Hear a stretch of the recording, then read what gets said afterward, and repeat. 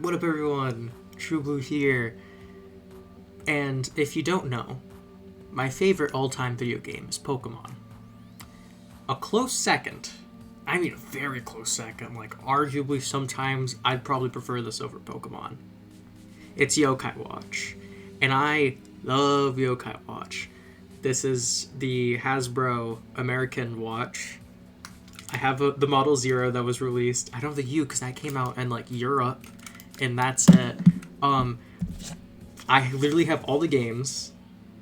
The rest are downloaded digitally or like on the shelf still. I even have physical 3. That's an impressive one. The manga. I only have 5 volumes, but the manga, I have that. I bought those stupid little figures. I even got medals, that came, plug it in, and does the thing. There's no batteries. It's oh, okay, that's gone. Even have Japanese medals. This year's Rabanyan, the Buster's medal. I've even gone so far to not only legally obtain the games on my 3DS that didn't come out in America, but on my phone too. You definitely are not going to be able to see it. That's the screen for Puni Puni. Hold up, if I lower my brightness, does it show? Yeah, look at that. That's Puni Puni, baby. Got that bad boy on my phone. So yes, I love Yokai Watch. And if you've seen any recent videos, I've been getting a lot into model kits recently, specifically Kamen Rider. The shelf, you can't see it because it's behind me, but so many more been added to that. What I didn't know was another franchise got model kits, and that's Yokai. Yokai Watch had a very limited run model kit series, and today I'm going to be going over the evolution of the Yokai Watch model kits. Now, I will not actually be going in full chronological release order like I did with my other videos in the series. I'm actually going to go in like a pseudo release order. All of these releases were numbered, thank God, made my life easier. So I'm going through every single figure release, and then I'll be going over any costumes or slight alternate variants that were released afterwards in some other time. So, yeah. There's a fair bit to discuss, so I'm going to get right into it. But if you guys want to see me talk more about Yokai Watch, model kits, or go over these various toy lines or products, let me know, because more excuse to talk about Yokai Watch is always a good thing. I have a problem. I love this franchise, and man, my best friend in Nova has a Model U, and after that I was like, oh, dude, I want like a dream watch. I can like gamble, it's the lights and the... I'm gonna right into it. Now, this line unfortunately ended a long time ago. So we're gonna jump back to 2014. So back when Yokai Watch had that big boom in Japan. On April 12th, we got the very first figure in the line, Jibanyan, and became the base mold for many other releases due to most yokai in this line sharing the Jibanyan archetype. Eventually, we did get next Hermione Jibanyan. This is his otaku outfit that he wears in the anime. And it comes with a statue of Pandanoko, another yokai. There is also Jibanyan Wiha. This is a vacation-style Jibanyan, as if he was going on to, like, a tropical area. And there's also Dainyan. He was actually a G-Style World Hobby Fair exclusive back in 2014, making him a rather valuable one in the line, being the first of many just recolors. Straight-up recolors, ain't nothing special. Finally, we get to the second one in the line, which was actually released the same day as Jibanyan back in 2014. That's Rabanyan. The fun thing about him is his stand looks like he's flying, which is just a cute little touch. A few months later, in June of 2014, we got Shogunyan as the third release, and on that same day, we got Kyubi, who is the first real figure of posability. We'll get to that later. And a few years later, we actually got another event-exclusive Yokai, this one being Dark QB, another just recolor. Number 5 is a bit special. Let's summon the next Yokai. Coming out, my friend. Jesus. Komasan. Ta-da! Yes, number 5 in the model kit releases was Komasan, shockingly not part of the first wave. Anyway, let me actually talk about these model kits now that you can see me with one in my hand. They are very small. They are about the same size as the Pokemon ones, which I haven't done a video on yet. But let me be very clear. These are not the Pokemon ones in any sense of the word. Why is that? Let's take a good look. Let's take a good look here at Komasan and his details. Or lack thereof. Most of this is me struggling to paint. Most of this is Sharpie, actually, so that's why it looks so bad. The blue on his flames, the dark blue wasn't there, it was just the light blue. All the red on his body was not there.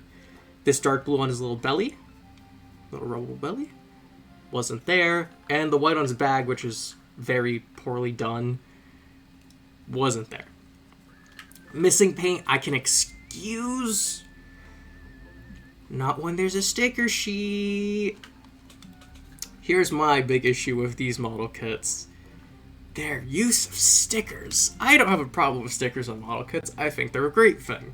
I'm too lazy to paint most of them anyway. The Kamen Riders would not be the way they look had it not been for the stickers. I take issue with this, however, because the stickers we do get, most of them, you gotta choose. So, Komasan has multiple facial expressions, but the eyes are on stickers, and you only get one alternate face. Why? On top of that, the little leaf that he has in the anime for when he's trying to appear as a human, that's a sticker that you would have to just apply to his head. It's not coming off after.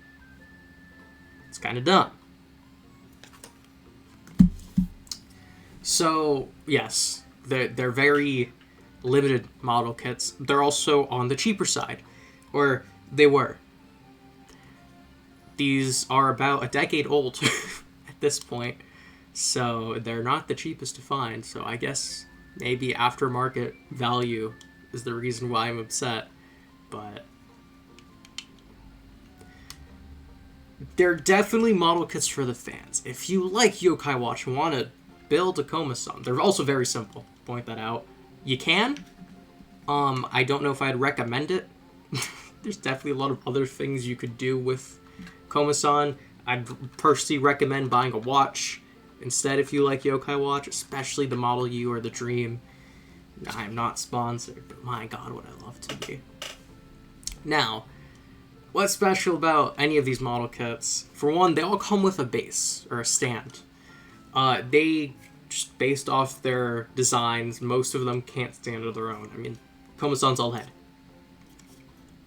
Plop it on, now he can stand.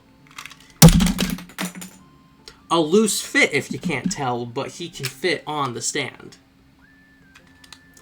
On top of that, the stand actually acts as a little holder for these speech bubbles. Each one is double-sided, and the back of his ears have little ports, so you can make it look like he's saying something. What does Japanese Komasan say? Monge, right? I'm gonna go with that. So he can say his little catchphrase. On top of that, the stand has an adapter piece. It can plug in on the sides, and with the following release can combine and make one slightly bigger stand. That's it. That's it.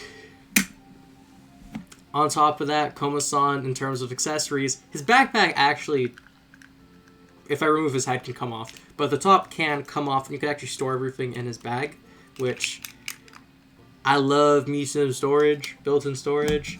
And as I mentioned before, he does have an alternate face. This one is a shocked expression, and luckily, if you want, just takes so much force. You you can murder him, and then you just pop it back on. Oh, that's his body. So now he's a head. On top of that, you can replace the backside of his bag with a little hamburger. And you can replace his normal arms with these singular arms that are kind of folded. On top of that, he has these separate arms that can hold an ice cream. And the only posability on these figures, a head, and then due to the assembly, you can turn this, but it's not meant to, like, at all, because it'll just pop off. Well, this one likes to pop off. This one likes to stay. So I put the ice cream in the one that likes to pop off. I really like Yokai Watch. I wish they had better model kits. Maybe one day, if we get another big boom of Yokai Watch, we'll see a new set with at least a bit more posability. Or not sticker sheet based decals. Maybe one day. Anyway, so number 6 in the line, the figure that combined with Komasan was Komajiro, which is just a recolor. It's just a recolor. He's recoloring game recolor.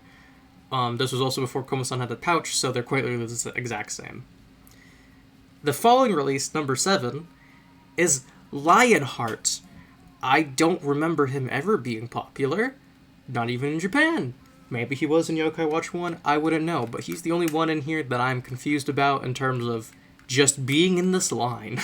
Following that, we had Drakunyan with a posable cape, and it's a modified version of the original Japanyan release.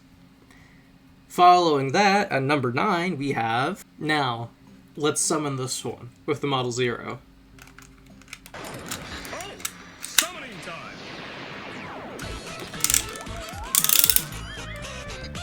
I don't know if I did it right. I don't remember. Anyway, that was Thornyon. Here's Thornyon. So, Thornyon here.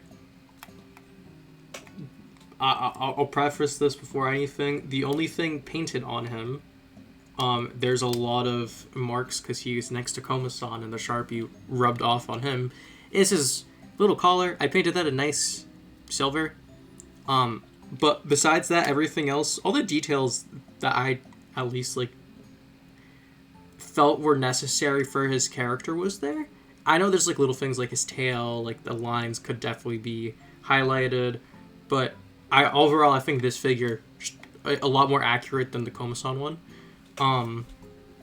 But in terms of stickers, a lot more details that are based on the stickers. For one, he doesn't have an alternate face, so these facial expressions, you would literally have to choose which one you wanted to have. This is just the neutral face that I put on him. He has bandages and little tear marks to make it look like he was hurt, because Thornyon gets hurt. But on the other side, there is a bit more to him at the very least. For one, you have this very weird accessory. I believe it's from the anime. Anyway, it just fits on one of his spikes. And you know, oh, okay. They're posable.